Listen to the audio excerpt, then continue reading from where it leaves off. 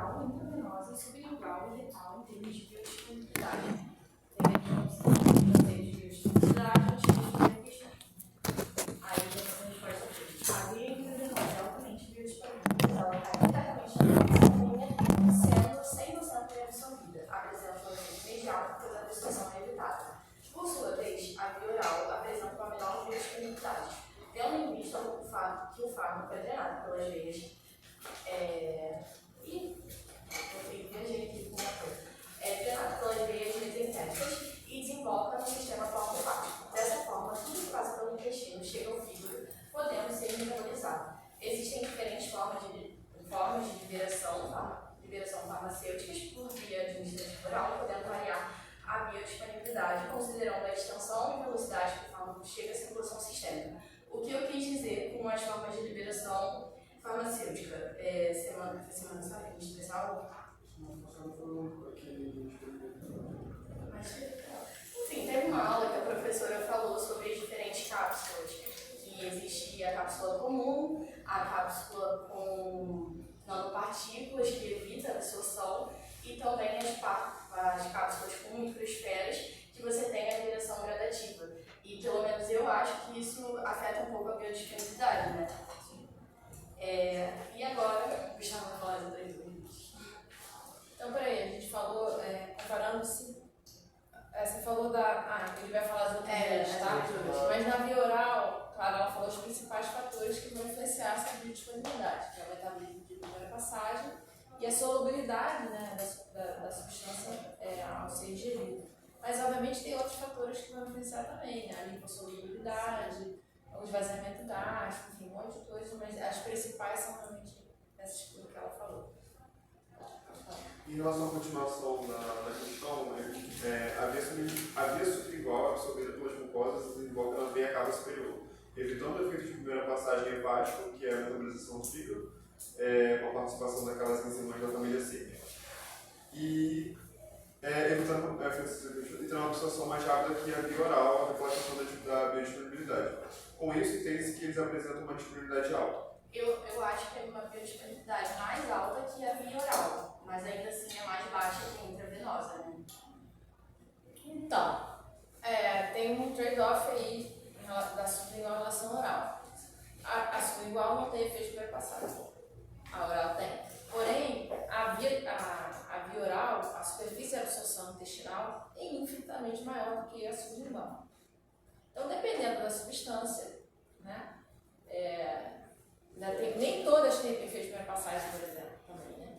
Então vai depender muito da substância, mas de modo geral, esse efeito de primeira passagem que é o diferencial dessas duas vias. Mas não quer dizer que a sublingual vai ser, se fosse a mesma substância, né? Vai ser mais rápido do que a via oral, necessariamente, ou a extensão da absorção também.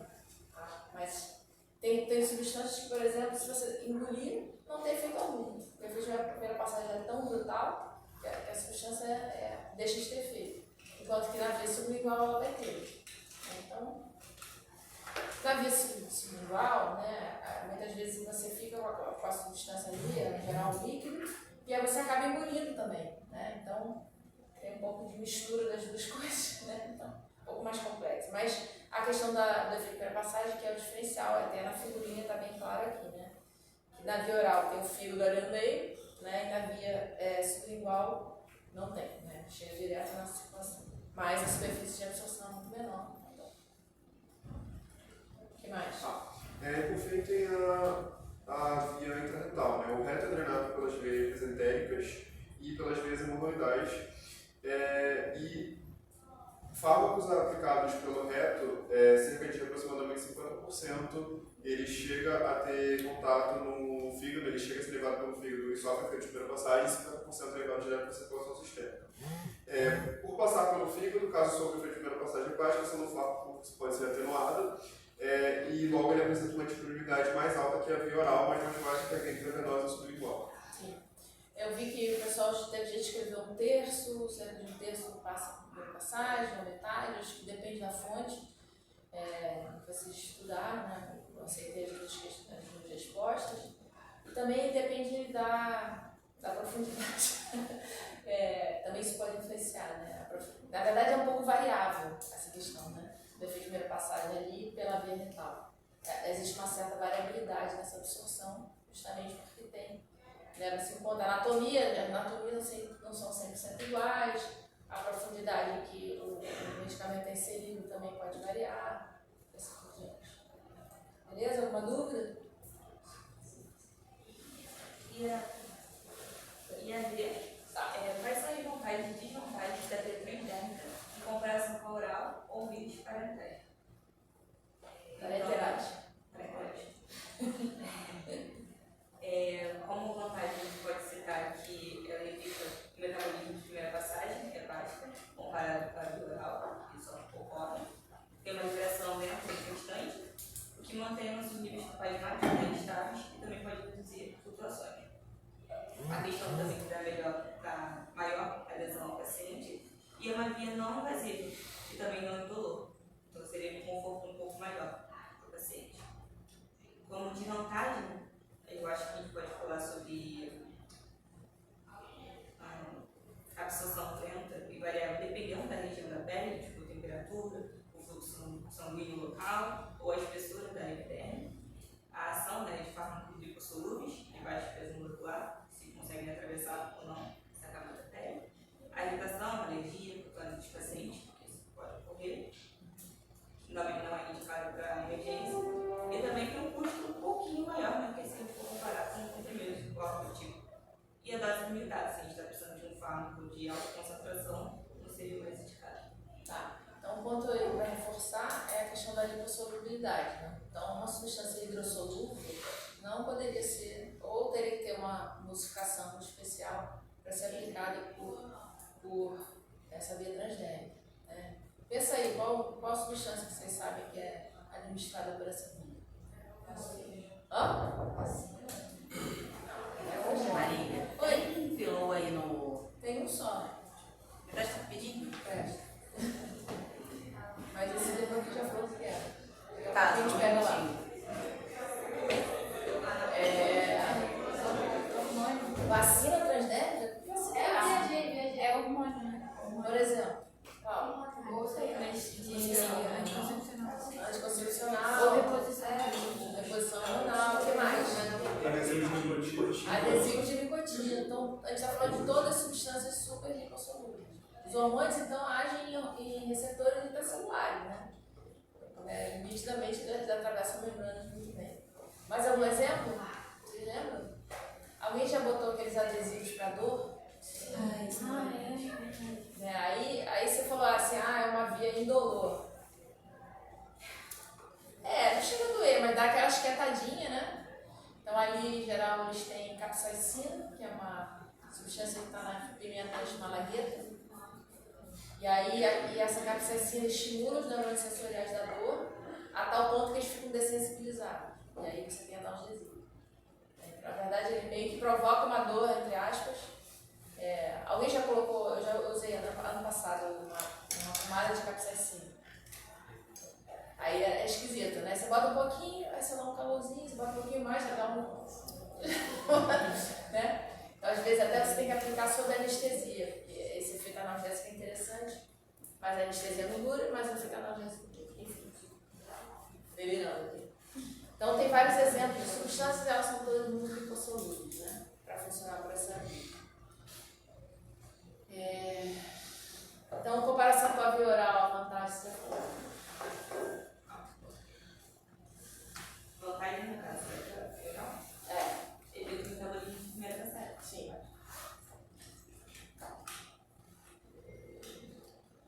Mas cobrimos tudo, né? Alguma dúvida? Uma questão da via transgênica também, dependendo da forma que ela é injetada, pode afetar a disponibilidade de pressão. Não é injetado. Não é injetado. Você tá confundindo com a Você também não tomou café suficiente. Tomou um pouco de sangue do meu café. Eu acho que tá confundindo com a subcutânea. Subcutânea. Subcutânea sim. Subcutânea sim. É injeção. Então, o que a gente via oral já foi, né? Então, alguma dúvida não, né? Seguimos?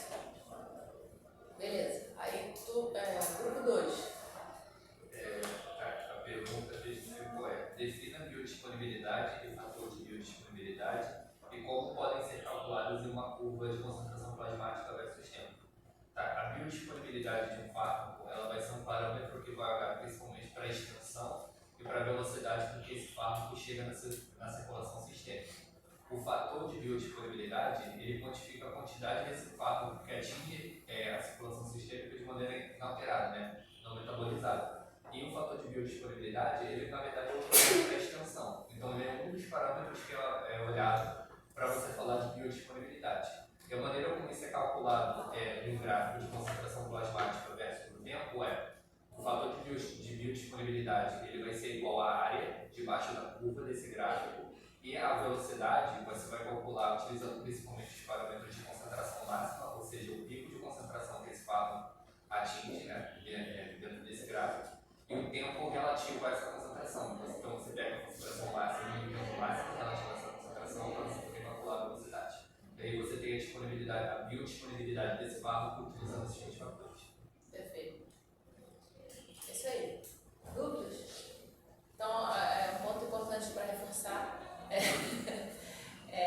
o fármaco inalterado, né? Que tem muitas vezes a gente tem os medicamentos contêm fármacos, na verdade são profármacos, né? Então eles têm que passar pelo metabolismo hepático, por exemplo, ou às vezes no próprio trato gastrointestinal, antes de serem convertidos, biotransformados no fármaco ativo. Então, de qualquer forma, a biodisponibilidade do fármaco inicial, como ele não vai chegar na situação sistêmica, ela vai ser baixa, mas aí o metabólico sim vai ter uma disponibilidade. E aí a gente tem que levar isso em conta também. Então, ele inalterado na circulação sistêmica é que é um parâmetro de biodisponibilidade importante. Beleza? Então tá. Questão 3. Pode ser atenuar os fármacos A e B de equivalência? Então, pode ter a pergunta que não, ele não tem nenhuma equivalência. E a explicação foi que eles têm a velocidade de absorção deles, então o seu capacidade máxima e o seu tempo máximo ele é diferente. Então, por conta disso, o seu comportamento vai mudar. O fármaco A, por exemplo, ele é absorvido muito mais rápido, o seu efeito de se inicia mais rápido, devido à curta duração, comparado com o fármaco B, que apesar dele demorar um pouco mais para ter o seu início, ele é absorvido de forma mais lenta, o tempo de efeito dele é maior. E o SPROD a gente pode comparar com os tipos de forma farmacêutica. O A, por exemplo, ele pode ser um xarope, da absorção, que seria mais rápido, enquanto o B pode ser uma droga. Então, a bioequivalência é um parâmetro de comparação da farmacocinética mesmo, né? E aí, claramente, você mencionou dois pontos de diferença entre esses dois. A concentração de pico, né, que é muito maior em A do que em B, e o tempo para atingir esse pico. Não tem aqui o cálculo da área sobre a curva, que seria um outro parâmetro, possivelmente são até semelhantes, mas de qualquer forma, a concentração de pico ser muito maior, acho que é quase o dobro, né? Mais ou menos o dobro de A em relação a B, e a velocidade também, isso são parâmetros super importantes, que vão ser determinantes para a ação dessas substâncias. Então, não podemos dizer que são bioequivalentes, graças a esses dois fatores. Se a gente tivesse um fármaco A que tivesse a mesma taxa de absorção que o B, né? Porém, a eficácia dessa absorção fosse maior, então a concentração de pico fosse maior, mas a velocidade fosse igual, mesmo assim não seria bioequivalente, porque a gente tem que comparar a mesma massa molar desses dois fármacos para dizer se eles são bioequivalentes ou não. Tá bom? Alguma dúvida? Pessoal, vocês têm que todo mundo participar, todo mundo pergunta, todo mundo complementa. Ainda é muito cedo, é isso?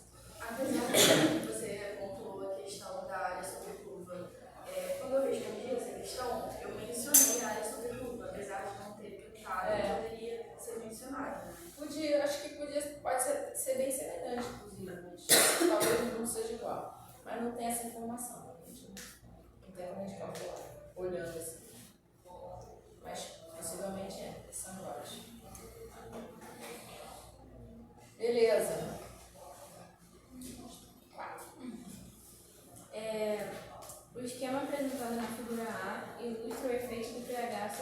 transporte de um ácido fraco através de uma barreira lipídica. Como se explica o padrão real de absorção do ácido acetilsalicílico representado na figura B? Discuta os outros fatores envolvidos. E aí na figura A está dizendo que o esquema está mostrando o equilíbrio no transporte de um ácido fraco através de uma glucose gástrica. E na B está a fração não absorvida em função do tempo para o ácido acetilsalicílico administrado no estômago ou no intestino de rato.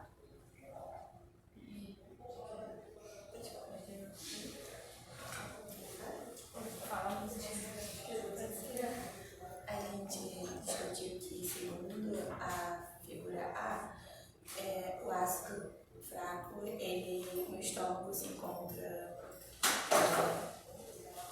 em parte de forma não ionizada e atravessa facilmente a barreira, né? E isso indicaria que, teoricamente, o estômago ele teria uma absorção favorecida. Mas, quando a gente vê a figura B na prática, a gente vê que a maior absorção ocorre no intestino, mesmo com um pH maior. E aí a gente associou que seria devido à área de absorção no intestino, que é maior, também é um fluxo sanguíneo, então é maior. Então, um ácido fraco, como o ácido acetilsalicílico, que esse caso você não tem identificado, é o da aspirina, bem conhecido. Isso significa que, como ele é um ácido fraco, que no pH ácido do estômago, ele vai estar menos ionizado, uma fração maior não ionizada, comparada à fração ionizada, do que no intestino, no pH um pouquinho menos ácido. Ele vai estar menos ionizado. Desculpa, mais ionizado. É isso? É isso. Então, obviamente, no estômago, ele estaria uma maior fração não ionizada, mais facilmente absorvível do que no intestino, que tem mais ionização. Acontece que a gente tem uma compensação disso no intestino, porque a área de absorção é muito maior. A gente ficou com uma dúvida na hora de responder, porque a gente sabia mais ou menos a resposta, porque a professora deu um exemplo desse na aula, com a aspirina. Só que a gente ficou na dúvida, porque aqui na letra B, tá que o pKa da aspirina é 3 e o pH do estômago é 3. E aí a gente ficou na dúvida se no estômago ele estaria naquela questão de 50-50, tipo 50% neutro e 50% ionizado, e se isso ia afetar essa questão da absorção mais fácil, assim, ou se continua mesmo mais neutro e mais fácil de ser absorvido. É uma questão relativa. A gente pode usar o pKa e o pH para calcular qual é exatamente a fração, mas de fato Ele vai estar um ácido fraco, num pH ácido, ele vai estar menos ionizado do que num pH mais básico. Se fosse o contrário, se a gente estivesse falando uma base fraca, como é que seria? Ele estaria ionizado, né? Ele estaria mais ionizado no estômago do que no intestino. Então, a diferença entre a absorção do estômago e do intestino seria maior ainda. Então, no intestino ele estaria menos ionizado, a gente tem uma maior área de absorção. No estômago ele estaria mais ionizado, a gente tem uma menor área de absorção. Então, a diferença entre essas duas absorções seria maior ainda para uma base fraca, comparando com um ácido fraco. Mas pela equação daria para calcular direitinho qual é a proporção, se vocês quiserem fazer. Porque tá aqui, a equação está aqui embaixo. Então, pH menos pKa, nesse caso daria 0. Então, não sei fazer essa conta. Fazer essa conta aí. Mas daria para calcular direitinho. Beleza.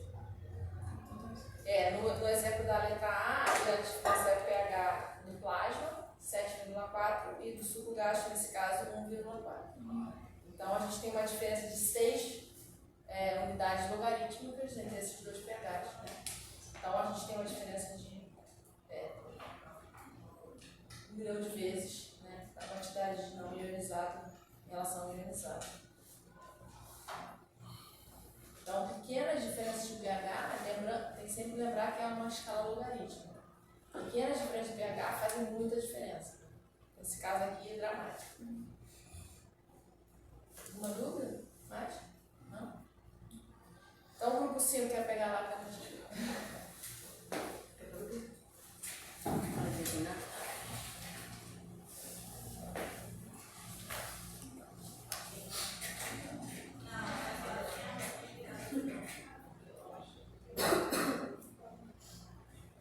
Só tá terminando ali. Tá.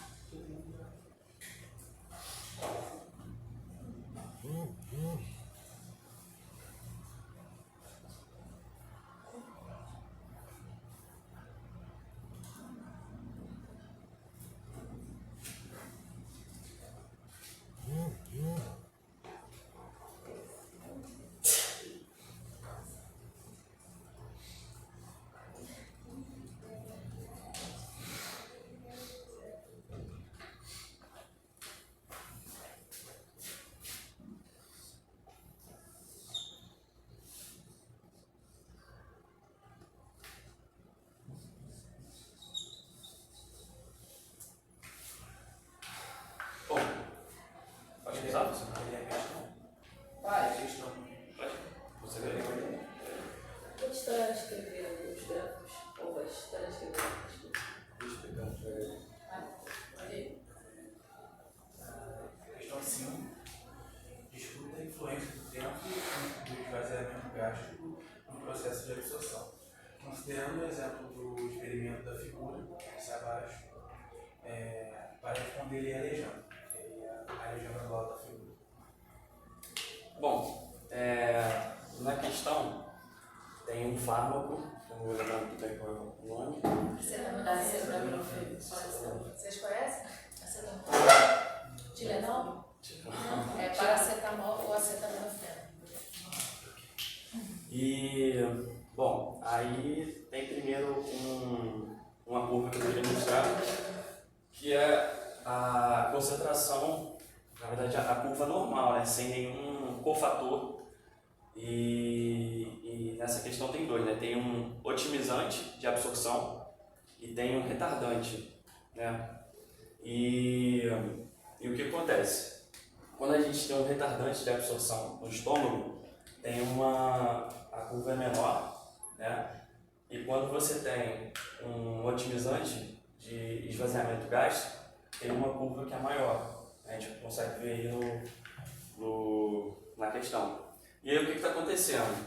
Quando você tem um fármaco, né, que ele é mediado, né, de uma forma assim, normal dentro do estômago, essa é a curva.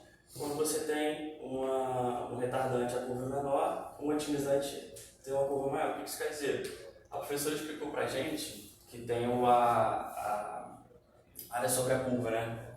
O que isso quer dizer? Acho que como é que a sigla em inglês? AUC. AUC, né? Area under the curve. Área under. E o que isso quer dizer? Quanto maior a área sobre a curva, mais absorção. Por que isso acontece? Porque quanto maior a área sobre a curva, maior a quantidade do fármaco que chega na circulação sistêmica. E quando você tem uma maior área sobre a curva, você tem uma maior circulação, um maior fármaco na circulação sistêmica, isso ocorre devido a uma maior absorção. E aí o que isso quer dizer? Se você tem essa área tentada aqui sobre a curva do fármaco, né, que foi dado de uma forma normal, essa seria a AUC, né, a área sobre a curva, com retardante gástrico, a área é essa, e com um otimizante gástrico, a área seria todo isso aqui. Isso quer dizer que a absorção com a otimização, né, do esvaziamento gástrico, ela vai para o intestino, no intestino, de acordo com a lei de Fick também. A gente tem que, quanto maior a área, né, como já foi explicado também, maior essa absorção no intestino, e é por isso que é explicado, né, tanto esse retardante, que tem uma menor absorção, quanto o otimizante no esvaziamento gástrico tem uma maior absorção, porque no intestino vai ter essa taxa de absorção maior. Eu entendi também que elas têm uma relação assim, não sei se seria a melhor forma de dizer, mas diretamente proporcional. O tempo de esvaziamento gástrico influencia de forma direta a taxa de absorção, ou seja, se você aumenta o tempo de esvaziamento gástrico, você também aumenta a taxa de absorção. Não, peraí, aumenta o tempo? Quer dizer, demora mais tempo? Aí para esvaziar o estômago? Se demora mais tempo para esvaziar o estômago, piora a taxa de absorção. Sim, isso. Na verdade, porque na questão ele está chamando de otimizante, né? Na verdade, então, se você otimiza esse processo de esvaziamento gástrico. Não, ele está falando de aceleração do esvaziamento gástrico ou de retardo do esvaziamento gástrico. Tem substância aqui que é usada para diminuir a velocidade do esvaziamento gástrico, que é a propantelina, e tem a outra que é um agente que a gente chama procinético, que acelera o esvaziamento gástrico, que é a metoclopramida. Então, quando você acelera o esvaziamento, você aumenta a absorção. Isso. Por quê? Porque a absorção, como a gente já discutiu, é maior no intestino do que no estômago. Então, se você despacha logo o fármaco para o intestino, ele sofre menos ação do pH, de sei lá o que tem lá no estômago, que pode atrapalhar, e aí a absorção vai ser mais eficiente. no caso Que vai acontecer no momento comprimida, porque ela vai justamente aumentar a motilidade e relaxar os esfíncteres, especialmente do estômago para o intestino, então ela vai acelerar essa absorção, enquanto que a propantelina faz exatamente o oposto. No caso da metoclopramida, eu entendi, mas no propantelino eu não entendi se promove só a absorção ou se promove também a biodisponibilidade, porque funciona como inibidor competitivo, mas no caso da absorção ou no... Não tem nada a ver com o inibidor competitivo. Não. Dessas curvas que você desenhou, qual que teria maior biodisponibilidade? Dependendo da área sobre a curva, certo? Logo, a metoclopramida vai gerar uma maior biodisponibilidade do que a ausência de fármaco e do que a propantelina. Né? Então, concordo? Então, na hora que você tomando um medicamento no fármaco, tomando essa Metoclopramida vai alterar a quantidade que chega no sangue. O pico é maior, né? A área sobre a curva é maior, né? A concentração máxima atingida vai ser diferente. E aí nas costas chega mais. Alguma dúvida mais? Ok, vou passar aqui a listinha. Aí eu peço que veja o seu nome aqui e assina nessa primeira coluna, tá? Eu vou botar a data aqui depois.